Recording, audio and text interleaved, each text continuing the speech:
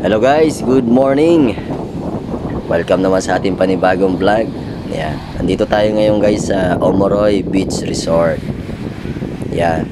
Sino nakakaalala dito? So guys, itong Omoroy Beach Resort, ito yung sikat na resort noon. Ngayon, napapag-iwanan na. Parang naabandon na ata ito guys. Ang daming basura ngayon kasi nga masama ang panahon. Ayan. Papunta kasi ako ngayon guys sa Masbate City, kaya naisip ko na dumaan dito. Tingnan natin kung ano na yung sitwasyon ngayon ng Omoroy Beach Resort. So nagulat ako, ganito yung sitwasyon na pala ngayon. Yan. Parang napabayaan na.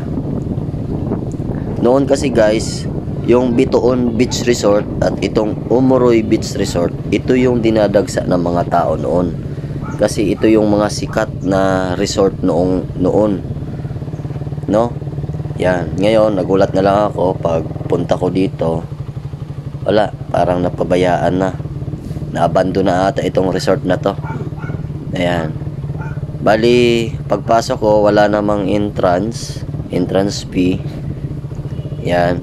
Pero gusto nyo maligo guys, pwede pa naman ata maligo dito. At kung gusto nyo mag-check-in, may mga room din silang available, pero yung iba sira.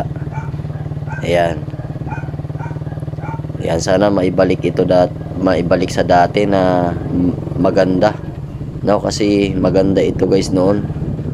Ngayon napabayaan na. At nga pala, kung gusto nyo ma-update sa ating mga vlog dito sa Masbate, please pa-support na ating munting channel. I-follow mo na rin ako sa ating Facebook dahil meron tayong Facebook page.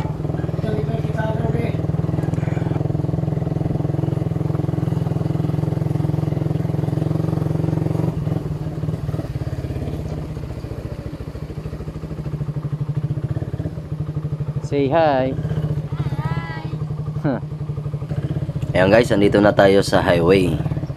Ito guys yung Omoroy Beach Resort. Ayan, yan yung entrance. Ayan. Ayan, papunta na tayo guys sa Masbate City. At syempre magsha-shoutout muna tayo. Shoutout muna natin yung ating kaibigan si Jitro Anyo Nuevo at si Lito Untug, mega shoutout. At kay Oliva Raymond, mega shoutout. At kay James Duran, mega shoutout. At si Bibi Anuos, mega shoutout. Sabi ni Laling Burado. At Maricel Balasabas, mega shoutout. Roel Marfil, Jonalyn Lamido, mega shoutout. At Carol Logroño Sartiluna, mega shoutout.